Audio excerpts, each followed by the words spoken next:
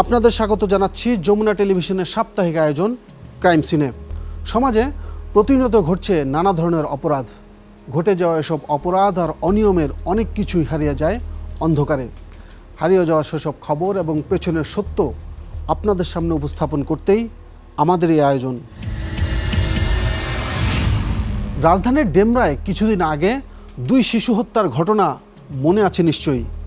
প্রাথমিকভাবে বলা হয়েছিল শ্বাসরোধে হত্যা করা হয় 4 বছরের শিশু নুসরাত ও 5 বছরের ফারিয়া আক্তার দোলাকে। নির্মম হত্যাকাণ্ডের খবরে তোলপাড় সৃষ্টি হয় দেশ জুড়ে। নড়ে চড়ে বসে আইনশৃঙ্খলা বাহিনী। 24 ঘন্টার মধ্যে গ্রেফতারও করা হয় মোস্তফা ও আজিজুল নামে অভিযুক্ত 2 যুবককে। কিন্তু কেন হত্যা করা হলো কোমলমতি এই শিশুদের? কি অপরাধ ছিল তাদের? দর্শক, এসব প্রশ্নের উত্তর খুঁজতে গিয়ে পাওয়া গেছে চাঞ্চল্যকর সব তথ্য। তবে শুরুতেই জানাবো সেদিন কি ঘটেছিল নিষ্পাপ ওই শিশু নুসরাত ও দোলার জীবনে। রাজধানীর ডেমরার কোনাপাড়ার শাহজালাল রোডের পাশাপাশি 2টি ভাড়া বাসায় বাবা মার সাথে থাকত 4 বছর বয়সী নুসরাত জাহান ও 5 বছর বয়সী ফারিয়া আক্তার দোলা। নুসরাত ও দোলা পরিবারের চোখের মণি। অন্য কোনো সন্তানও নেই নিম্ন আয়ের 2 পরিবারে।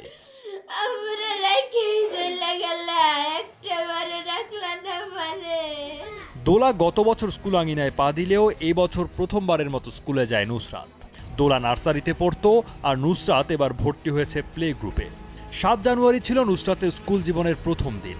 তবে নুসরাত ও দোলার বন্ধুত্ব বেশ আগ থেকেই হওয়ায় সুযোগ পেলেই দুজনে খেলায় মেতে উঠত। ওরা এসে গেটের সামনেই খেলতে এসছে। আমরা বাচ্চা মানুষ তো, যেখানে খেলারই পাইছে এখানেই বৈশা পড়ছে, ঘরে আর আসে নাই, ওই গেটের সামনেই খেলতে বসে। আমার মা তো খুনি বাইরে গেছে, যাই নানু গোসল করবা না, আসো খেলা হয়েছে তো। নানু আমি এই মাত্রই নুসরাতরে নিয়ে আইছি, 1 মিনিট খেলি, আমি আসতেছি, তুমি যাও। আমার মা বলে তাইলে যাই, আমি গরম পানিটা চুলাই দিই ওরে নিতে। আমার মা আইসা গরম পানি চুলাই দিচ্ছে, পাতিলে শুধু পানি নিয়ে চুলাই দিয়া গিয়া দেখে আমার মেয়েকে আর পাওয়া যাচ্ছে না। আমি চিৎকার করছি একটা, নুসরাত, দোলা তোমরা কোথায় বের হয়ে আসো। কোনো সারা শব্দ পাইতেছি না রুমের ভিতরে, নীরব একবারে। ঠিক আছে, তারপর গেলাম গিয়ে আমি ওদিকে চিনি না, একটা মহিলা আছে, ওদিকে রাউন্ড দিছি। রাউন্ড দেওয়ার পরে আবার ওদিকে গেছি, গল্লির ভিতরে চিনি না কোন জায়গা আর কি। দূরে দূরে চিপা চুপে গল্লিতে গিয়েছি, জিজ্ঞেস করছি অনেক লোকজনের কাছে, মহিলার কাছে, কয় না এরকম কোনো বাচ্চা দেখি নাই। 7 জানুয়ারি সকালে পরিবারের সাথে স্কুলে যায় নুসরাত ও দোলা। ক্লাস শেষে একসাথে বাড়িও ফেরে। দুপুর নাগাদ প্রতিদিনের মতো খেলতে বের হয় তারা। দোলাদের ভাড়া বাসার সামনের এই জায়গাটি ছিল তাদের খেলাধুলার নির্ধারিত স্থান। তখন ওরা এখান থেকে উঠে এখানে আসলো, আসার পরে এই যে জানলাটা এখানে বইয়া ওরা দুজন খেলাধুলা করছি। খেলাগুলো আমি দেখে আমি আবার রুমে গেছি। হ্যাঁ, এখানে ওরা খেলতো, এই গেটের ওদিকে আর যাইতো না, এখানের ভিতরে বেশিরভাগ খেলতো। দুপুর 2টা হঠাৎই উধাও নুসরাত ও দোলা। কোথায় গেল তারা? উত্তর মিলছে না। 2 পরিবারের লোকজন তাদের খুঁজতে দিক বিদিক ছোটাছুটি শুরু করে, কিন্তু তাদের দেখা নেই। মসজিদের মাইক থেকে নিখোঁজের বিষয়টি এলাকাবাসীকে জানানো হয়। তারপরও খোঁজ মেলেনি 2 পরিবারের কলিজার টুকরা সন্তানদের। সময় যত গড়ায় সন্তান হারানোর সংখ্যা বাড়তে থাকে পরিবারগুলোতে।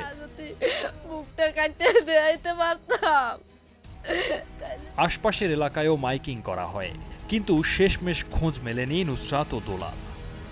অনেক খোঁজাখুঁজির পরে মনে করেন যে মাইকে মসজিদে বলা হয়েছে, তারপরে রিস্কায় মাইক নিয়ে নামানো হয়েছে, কোথাও পাওয়া যাইতেছে না। তখন আটটা বাজে, রাত্র 8টা বাজে। আমি অফিস থেকে 5টা বাজে আইছি, 3 ঘন্টা আমি নিজেও খুঁজছি। বিকেল গড়িয়ে সন্ধ্যা গড়িয়ে রাত, তবুও তাদের খোঁজ মিলল না। এবার 2 পরিবার সিদ্ধান্ত নেয় আশপাশের সব বাড়িতে তল্লাশি করা। শুরুও করেন তারা। রাত 8টার দিকে এই ভবনের একটি রুমে শিশুদের জুতা দেখতে পান গোলাম মোস্তফার স্ত্রী আখি খানম। দেখে সন্দেহ হয় তার। তখনও কেউ আঁচ করতে পারেননি কি ভয়ঙ্কর ঘটনা ঘটে গেছে নুসরাত ও দোলার জীবনে। আশেপাশের লোক ঘরে তখন ছিল না, সবাই দোলা নুসরাতের জন্য বাইরে নামে আসে যে ওদের বিশ্রানোর জন্য। তখন আমি বললাম যে আপনারা আমার সহযোগিতা করেন, আশেপাশে ডোবা ডাবা হয়তো ফ্ল্যাটে আশেপাশের বিল্ডিংয়ে ফ্ল্যাটে দেখেন, একটু তল্লাশি করে দেখেন আমার মেয়েটাকে পাওয়া যায় কিনা। কোনাপাড়া স্ট্যান্ডের থেকে ফোন আসছে যে মামা নুসরাত বাবু পাওয়া গেছে, ওরা তো জীবিত না, ওরা লাশ। পরে জানানো হলে ঘরের ভেতরে খোঁজাখুঁজির পর খাটের নিচে লুকানো অবস্থায় মরদেহ দেখতে পায় এলাকাবাসী। পরে পুলিশ 2 শিশুর মরদেহ উদ্ধার করে ময়নাতদন্তের জন্য স্যার সলিমুল্লাহ মেডিকেল কলেজ হাসপাতালে পাঠায়। কারণ তালা খোলার পরে আপনার সবাই যখন খুঁজে দেখলাম এখান থেকে এটা তুইলা একটা বাচ্চার মতো ওই দিক, একটা বাচ্চার মতো এখানে। প্রথমে তো লাশ দুটো পাইছি, তার মধ্যে একটা ছিল, বিবস্ত্র ছিল। এবং এখান থেকে আমরা এই ঘর থেকে আরও জব্দ করেছি হচ্ছে সাউন্ড বক্স জব্দ করেছি, বাচ্চাদের স্যান্ডেল জব্দ করেছি, আর একটা গামছা জব্দ করেছি, যেটা হচ্ছে আপনার ওদের মারার ক্ষেত্রে ব্যবহার করা হয়েছে বলে আমরা তথ্য প্রমাণ পাইছি। দর্শক, দেখছিলাম কিভাবে নিখোঁজ হলো 2 শিশু নুসরাত ও দোলা। অনেক খোঁজাখুঁজির পর একটি বাসা থেকে তাদের মরদেহ উদ্ধার করা হয়। এ বিষয়ে বিস্তারিত অনুসন্ধান করেছেন সহকর্মী নাজমুল সাইদ। তার কাছ থেকে আরও কিছু জানার চেষ্টা করব, তিনি আছেন স্টুডিওতে। নাজমুল, আপনাকে স্বাগত। আচ্ছা নাজমুল, এই যে শিশু দুটি যে হারিয়ে গেল, এই বিষয়টি এই সময়টাতে তাদের বাবা মা তারা কোথায় ছিল, আর এই নিখোঁজের বিষয়টি কখন তারা নিশ্চিত হলো বা কখন টের পেল? আসলে সকালে ওরা স্কুলে গিয়েছিল দুজন একসাথেই, স্কুল থেকে একসাথেই ফিরে আসে। ঠিক দুপুরে তারা গোসল শেষ করে দোলাদের বাড়ির সামনে কিন্তু একটি খোলা জায়গা আছে, সেখানে তারা খেলাধুলা করছিল। দুইজনই মানে সহপাঠী হিসেবে, বান্ধবী হিসেবে খেলাধুলা সবসময় করে? হ্যাঁ, সবসময় ওদের মধ্যে একটা ভালো সম্পর্ক ছিল। আর আপনি বলছিলেন যে তার বাবা মারা কোথায় ছিল। নুসরাতের মা গৃহিণী, তার বাবাও কর্মজীবী, আবার দোলার বাবা মা দুজনেই কর্মজীবী, যার কারণে ওদের বাসায় কেউ থাকতো না, দোলা ওর নানির কাছে থাকতো। তো নিখোঁজের ঠিক 10 মিনিট আগেও দোলার নানি কিন্তু দেখে গিয়েছিলেন যে তারা খেলছে।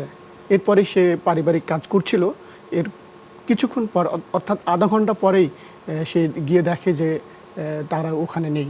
এরপরেই তারা দিক বিদিক ছোটাছুটি করে, খোঁজ করে, একটি পর্যায়ে তাদের দোলা যে নুসরাত খেলছিল, দোলার নানি দেখেছে কি ঠিক দোলাদের বাড়ির সামনেই, কাছাকাছি না একটু দূরে?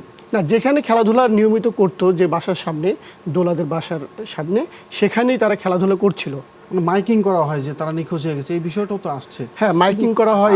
আরেকটা বিষয়, দোলা এবং নুসরাত যে খেলাধুলা করছিল, এই সময় সাধারণত পাড়া মহল্লায় আরও শিশুরা থাকে, তো ওই সময় কি অন্য কোনো শিশু ছিল, আপনি কি খোঁজ পেয়েছেন এরকম, নাকি ওরাই দুজনই ছিল? আসলে যেহেতু একেবারেই দুপুরবেলা, অন্যান্য শিশুরা ছিল, তাদের মতো হয়তো খেলাধুলা করছিল। আবার যেহেতু একেবারেই ছোট, কে কাকে কীভাবে কখন ডেকে নিয়ে যাচ্ছে বা কোথায় যাচ্ছে, এত কিছু তো ছোট মানুষদের আসলে মাথায় থাকে না। তো ওদেরকে যেভাবে নিয়ে যাওয়া হয়েছিল, কোথায় নিয়ে যাওয়া হয়েছিল, এই বিষয়ে কিন্তু বিস্তারিত আমি তুলে ধরার চেষ্টা করেছি। আমার পরবর্তী যে প্রতিবেদন আছে সেখানে আমি দেখানোর চেষ্টা করেছি যে আসলে কী ঘটেছিল সেদিন তাদের জীবনে। বুঝতে পেরেছি, এটা একটা নৃশংস ঘটনা। আসলেই আপনি যেটা উল্লেখ করেছেন, আমরা আবারও ফিরবো আপনার কাছে, আরও কিছু জানতে হবে আপনার কাছ থেকে।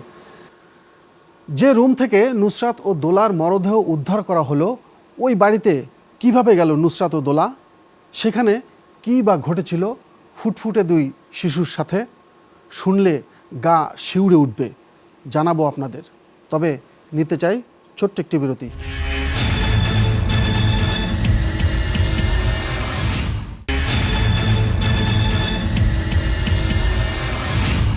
স্বাগত ক্রাইম সিনে। প্রাথমিক তদন্তে পুলিশ বলছে গোলাম মোস্তফা ও তার সহযোগী আজিজুল বাওয়ানি শ্বাসরোধ করে হত্যা করে কোমলমতি 2 শিশুকে। তার আগে পাশবিক নির্যাতনের চেষ্টাও করে। তারও আগে ঘাতকরা মাদকও সেবন করেছিল, কিন্তু ময়নাতদন্ত বেরিয়ে আসে চাঞ্চল্যকর তথ্য। এই ভবনের নিচতলার যে কক্ষটি থেকে নুসরাত ও দোলার মরদেহ উদ্ধার করা হয়, সেটিতে স্ত্রীকে নিয়ে ভাড়া থাকত গোলাম মোস্তফা নামের এক সিরামিক মিস্ত্রি। তার স্ত্রী আঁখি একজন পোশাক শ্রমিক, তাই বেশিরভাগ সময়ই বাইরে থাকেন। বাসায় একাই থাকত মোস্তফা।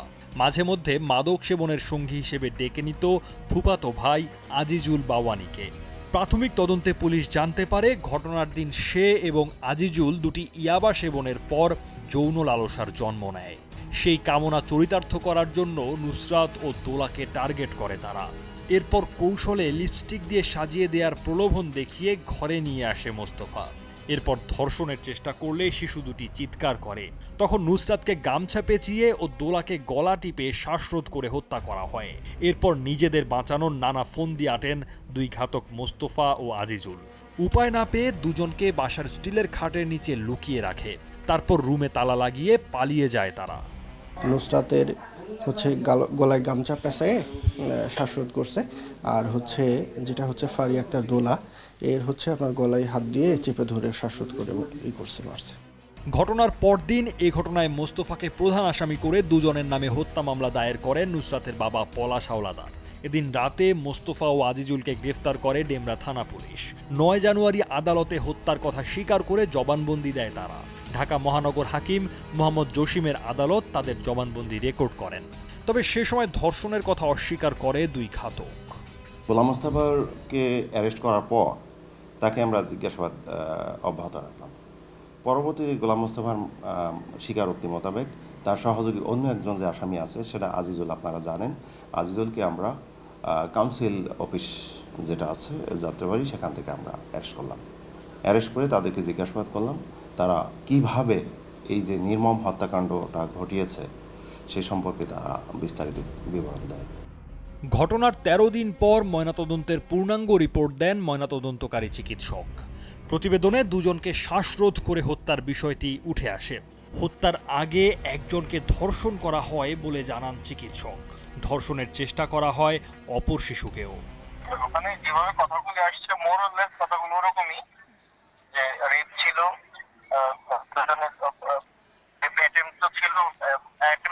একজনের রেপ ছিল না, মানে একটা ক্লিন কাট রেপ বলা যায় না, এরকম ছিল ব্যাপারটা। তো আমি আসলে রিপোর্টের ডিটেইলসটা লিখে দিয়েছি। পাশের ঘরে দুজন শিশুর সাথে পৈশাচিক নির্যাতন, তারপর হত্যা, কিন্তু জানলো না কেউ। প্রতিবেশীরা বলছেন সব সময় ঘরের দরজা বন্ধ রাখত মোস্তফা। সেদিনও তার ব্যতিক্রম হয়নি। পুলিশের জিজ্ঞাসাবাদে মোস্তফা ও আজিজুল জানিয়েছে চিৎকারের শব্দ যেন আশপাশের লোকজন শুনতে না পায়, সেজন্য উচ্চস্বরে গান বাজিয়েছিল তারা। হ্যাঁ, দুপুরে এই যে আজানের পর থেকে মনে করেন যে অন্যদিনের তুলনায় অনেক বেশি বাজাইছে, তখন তো নামাজও হয় না। আমি ডাক দিমু, আর পুরুষের কি মহিলা যাইছে ডাক দেয় এক বাসা থেকে এই বাসা এই বাসা। প্রায় সে আমরা বাসায় ঢুকতে পারি না, দেখি লোকজন অনেক ভরা। পরে শুনি কি নাকি বাসায় নাকি 2টা লাশ বের করছে। এই ঘটনার পর ক্ষোভে ফেটে পড়ে এলাকাবাসী। মোস্তফা ও আজিজুলের দৃষ্টান্তমূলক শাস্তির দাবিতে বিক্ষোভ সমাবেশ ও মানববন্ধন করে তারা। কোমলমতি দুই শিশুকে পৈশাচিকভাবে হত্যা করায় আতঙ্ক বিরাজ করছে বাবা মা ও শিশুদের মাঝে। এমন কোনো শাস্তি দরকার যে ফাঁসির চাইতে আরো ভয়ঙ্কর। এটা যদি ফাঁসি না করে, বুঝছেন, আমরা জনগণ আমরা মানতাছি না, যেন বাংলার মাটিতে আর এরকম সাহস আর কেউ না করতে পারে। ছোট ছোট বাচ্চাদের নিয়ে তো আমাকে আতঙ্ক থাকে, বাইরে একটু খেলাধুলা করতে পারে না, ঘরের ভিতরে 24 ঘন্টা বাচ্চারা থাকলে কি অবস্থা হয় তা তো আপনারা বুঝেন। খোলামেলা খেলাধুলা করতে চায় বা ওদেরকে এখন ছেড়ে যে দিব, আমাদের এত ভয় এটা বলার বাইরে। মানুষ কতটা অমানবিক এবং বিকৃত রুচির হলে ফুটফুটে কোমলমতি শিশু নুসরাত ও দোলাকে এভাবে হত্যা করতে পারে? শুধুমাত্র মানুষরূপী পশুরাই পারে এমন নির্মম ঘটনা ঘটাতে। দর্শক, এ বিষয়ে আরও জানতে আবারও যেতে চাই নাজমুলের কাছে। আচ্ছা সাইদ, আপনি তো বলছিলেন যে একটি শিশুকে ধর্ষণের আলামত পেয়েছে চিকিৎসকরা, ময়নাতদন্ত চিকিৎসক, কিন্তু পুলিশ যখন মামলাটি এজাহার নিয়েছে, অভিযোগ নিয়েছে, বা সুরত হাল রিপোর্টে এই ধরনের তো কোনো বিষয় বা উল্লেখও করেনি, ইঙ্গিতও করেনি। বিষয়টা কি আসলে, পুলিশ কি বলছে? যখন 2টি লাশ উদ্ধার করা হয় তখন তো একেবারে মৃত অবস্থায়, আর যেহেতু তারা খুবই ছোট, একেবারে শিশু, পুলিশের ধারণাতে আসে নাই যে তারা ধর্ষণ হতে পারে। তো এই জায়গা থেকে তারা ধর্ষণের কথাটি উল্লেখ করেনি। আর পরবর্তী যখন আসামি গ্রেপ্তার হলো তখন কিন্তু তারা স্বীকার করেছে যে তারা ধর্ষণের চেষ্টা করেছে, বাট ধর্ষণ করেনি। এরপরেই ব্যর্থ হয়ে শ্বাসরোধ করে হত্যা করা হয়েছে। পুলিশের এই জায়গায় সব পুলিশ মনে করেছিল যে তারা হয়তো এত শিশু এ ধরনের নির্মম নির্যাতন বা পাশবিক নির্যাতনের শিকার হতে পারেনি বা হয়নি, যার কারণে তারা এই ধারাটি উল্লেখ করেনি।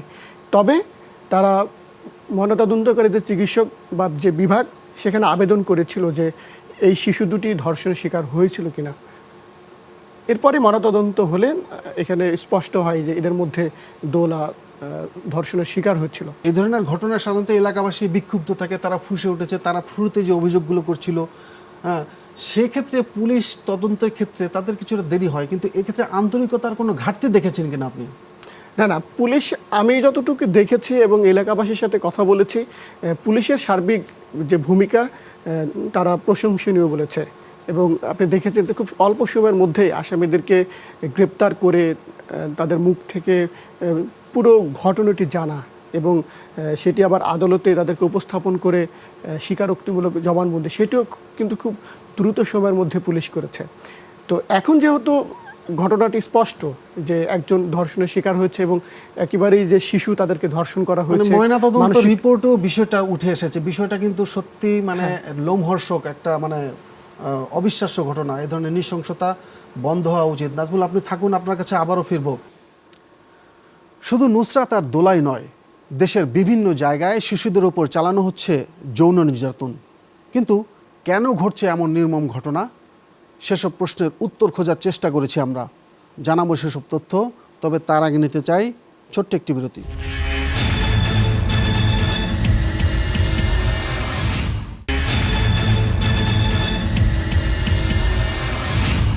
আবারও স্বাগত ক্রাইম সিনে। ক্রমেই বাড়ছে শিশু নির্যাতন ও ধর্ষণের ঘটনা। একটি বেসরকারি সংস্থার হিসেবে ধর্ষণের শিকার ৮৬%ই শিশু কিশোর। বিশেষজ্ঞরা বলছেন এই ঘটনার পেছনে মাদকের দৌরাত্ম্য যেমন আছে, তেমনি রয়েছে সামাজিক নিরাপত্তার অভাব। এ ধরনের নৃশংসতা কমাতে সমাজ, রাষ্ট্র বা সরকারের, এমনকি অভিভাবকদের করণীয় সম্পর্কে বিশেষজ্ঞরা কি বলছেন সে কথাই জানাবো আপনাদের। শুধু ডেমরার নুসরাত ও দোলা হত্যাকাণ্ড নয়, গণমাধ্যমে চোখ রাখলেই দেখা যায় শিশু নির্যাতন ও ধর্ষণের ভয়াবহ চিত্র। বেসরকারি সংস্থা আইন ও সালিশ কেন্দ্রের হিসেব বলছে, গত 5 বছরে ধর্ষণজনিত হত্যার শিকার হয়েছে 278 জন, আহত হয়েছেন অনেকে। ধর্ষণের শিকারদের মধ্যে 86%ই শিশু কিশোর।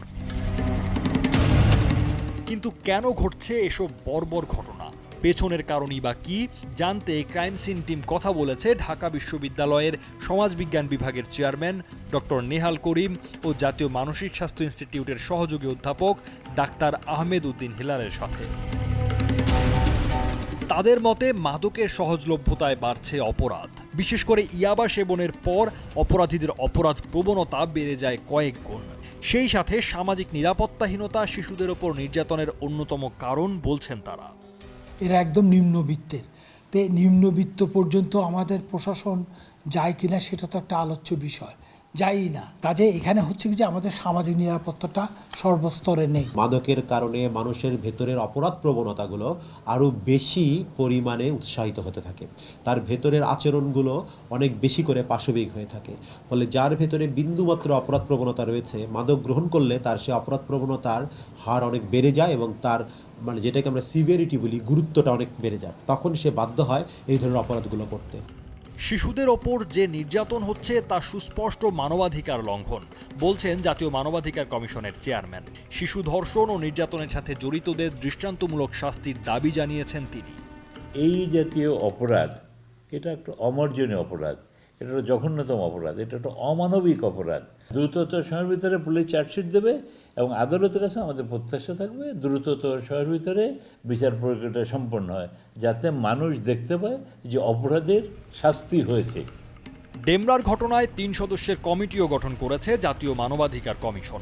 এরই মধ্যে প্রতিবেদনও দাখিল করা হয়েছে। শিশুদের নিরাপত্তায় বেশ কিছু সুপারিশ করেছে তারা। সমাজ থেকে মাদক নির্মূল ও শিশু অধিকার ও নিরাপত্তায় গণসচেতনতা বাড়ানোর তাগিদ দেয়া হয়েছে মানবাধিকার কমিশনের পক্ষ থেকে। এটাই কিন্তু আমাদের সমাজের বাস্তব চিত্র, এগুলি কোনো বিচ্ছিন্ন কোনো ঘটনা। কাজেই যদি আমাদের দেশের সিস্টেম যদি কাজ করে ঠিক মতন, তাহলে এগুলো সব ঠিক থাকবে। এই সিস্টেমেটিক ওয়েতে চলছে না বলেই কোনো সিস্টেম কাজ করছে না বলে আজকে যত সামাজিক অসঙ্গতি। স্কুল কলেজগুলোতে যে পাঠ্যসূচি রয়েছে সেই পাঠ্যসূচির ভেতরে শিশু নিরাপত্তার বিষয়টি নিয়ে আসতে হবে। তার সে যে বিভিন্ন ধরনের যৌন নির্যাতনের শিকার হতে পারে সেই বিষয়গুলো তাকে বলতে হবে। বিভিন্ন টিভি স্পটের মধ্য দিয়ে, বিভিন্ন প্রচারণার মধ্য দিয়ে আমরা কিন্তু শিশুকে বোঝাবো এবং শিশুর অভিভাবকদের বোঝাতে পারি যে শিশুটি কিন্তু শারীরিক এবং মানসিক এবং যৌন নির্যাতনের শিকার হবার আশঙ্কা রয়েছে, ফলে সবাইকে সতর্ক থাকতে হবে। দর্শক, কেন ঘটছে এমন ঘটনা সে বিষয়ে বিশেষজ্ঞদের মতামত জানছিলাম। এ ধরনের ঘটনার পুনরাবৃত্তি যেন না ঘটে তার জন্য সন্তানদের প্রতি আমাদের আরও যত্নশীল হওয়ার আহ্বান জানিয়েছেন তারা। আমরা আবারও যেতে চাই সহকর্মী নাজমুল সাইদের কাছে। আচ্ছা নাজমুল, এই ঘটনায় স্বীকারোক্তি দিয়েছে, ময়নাতদন্তে ধর্ষণের আলামতও পাওয়া গেছে, এলাকাবাসীও দ্রুত বিচার চাচ্ছে, বা বিচারটা শুরু হতে কত সময় লাগবে? আপনি জানেন এটা একটি চাঞ্চল্যকর হত্যাকাণ্ড ছিল। একেবারেই শুরু থেকে প্রশাসনের যারা কর্তা ব্যক্তি ছিলেন তারা খুবই গুরুত্ব দিয়ে এই মামলাটি তদন্ত করছে। আর একটি কথা আমি বলে রাখতে চাই যে আমি রিপোর্টেও কিন্তু আমি তুলে ধরার চেষ্টা করেছি, বা এলাকাবাসীর যে বক্তব্য সেটিও দেখানোর চেষ্টা করেছি যে তারা কিন্তু চাচ্ছে একটি দৃষ্টান্তমূলক শাস্তি, যাতে এই ধরনের ঘটনা আর কোথাও না ঘটে। মানে এই ঘটনা তদন্ত করতে গিয়ে ওই যে অভিযুক্ত দুইজন, তাদের মাদক সেবনের প্রমাণ পাওয়া গেছে, তাদেরকে আর কোনো অপরাধের কোনো তথ্য প্রমাণ পেয়েছে নাকি শুধু এই ঘটনায় তারা ঘটিয়েছে? হ্যাঁ, আমরা এই অনুসন্ধান করতে গিয়ে যেটি দেখেছি যে শুধুমাত্র এই ঘটনা না, যে প্রধান আসামি গোলাম মোস্তফা এর নামে বিভিন্ন থানায় অভিযোগ রয়েছে। তো এর আগে যে বাসায় ছিল সেখান থেকে কিন্তু তাকে বের করে দেওয়া হয়েছিল। মানে আগের থেকেই তার চালচলন, আচার আচরণ এবং বিকৃতি মানসিকতার একটা পরিচয় ছিল তার। বিভিন্ন জায়গায় সে এ ধরনের ঘটনায় ইতোমধ্যে এর আগেও ঘটিয়েছে বলে আমরা পুলিশের কাছ থেকেই জানতে পেরেছি। তার মানে প্রতিবেশীদের ব্যাপারেও অভিভাবকদের সচেতন হতে হবে, যাদের বাসায় শিশু আছে, এটাও একটা শিক্ষণীয় বিষয় হতে পারে। বুঝতে পেরেছি। নাজমুল, আপনাকে অনেক ধন্যবাদ, অনেকক্ষণ সময় দিয়েছেন আমাদেরকে। দর্শক, নুসরাত ও দোলা হত্যাকাণ্ডে আমরা সবাই মানসিকভাবে ব্যথিত। কেউই চায় না তাদের মতো পৈশাচিক নির্যাতনের শিকার হোক আর কোনো শিশু। এ কারণে সন্তানদের প্রতি অভিভাবক তো বটেই, তাদের নিরাপত্তা নিশ্চিতে এগিয়ে আসতে হবে সমাজের প্রতিটি মানুষকে। আর প্রশাসনের দায়িত্ব হবে যারা এই ধরনের নিকৃষ্ট অপরাধ করবে দৃষ্টান্তমূলক শাস্তি নিশ্চিতে তাদেরকে বিচারের কাঠগড়ায় দাঁড় করানো। দর্শক, গত পর্বে আমরা দেখিয়েছিলাম ঢাকার অদূরে সাভার আশুলিয়ায় সুদের নামে দিনে দুপুরে ডাকাতির মতো ব্যবসার ঘটনা। অল্প টাকা সুদ নিয়ে সেই টাকার কয়েক গুণ পরিশোধ করার পরও জমি জমা এমনকি ভিটেমাটি ছাড়তে হয়েছে ভুক্তভোগীদের। একসময় সামাজিক অভ্যেস এখন অনেকটা অমানবিক অপরাধে রূপ নিয়েছে। এটা হয়তো বুঝতে পারছেন না অনেকেই। জেনে না জেনে অনেকেই ফাঁদে পা দিচ্ছেন। অনেক মানুষের সরলতার সুযোগে সর্বস্ব লুট করে নিচ্ছে সুদ কারবারিরা। বিষয়টি জানে স্থানীয় জনপ্রতিনিধি, পুলিশ কর্মকর্তা সহ উপজেলা প্রশাসনের কর্তা ব্যক্তিরাও। কিন্তু এর ভয়াবহতার কথা খুব একটা জানা নেই দাবি করে সুদ কারবারিদের বিরুদ্ধে কঠোর ব্যবস্থা নেওয়ার ঘোষণা দিয়েছিলেন তারা। কিন্তু এখনও পর্যন্ত কার্যকর কোনো পদক্ষেপ দেখা যায়নি। ভুক্তভোগীরা বিচারের আশায় ঘুরছেন দাঁড়ে দাঁড়ে। আপনার আশপাশের যে কোনো অপরাধমূলক ঘটনা আইন শৃঙ্খলা বাহিনীকে জানানো যেমন আপনার দায়িত্ব, তেমনি যে কোনো অনিয়ম আর অপরাধের খবর নির্ভয়ে নিঃসংকোচে প্রকাশ করা আমাদের দায়িত্ব, ক্রাইম সিনের দায়িত্ব। দেখা হবে আগামী পর্বে নতুন কোনো খবর নিয়ে। সে পর্যন্ত ভালো থাকুন, সতর্ক থাকুন।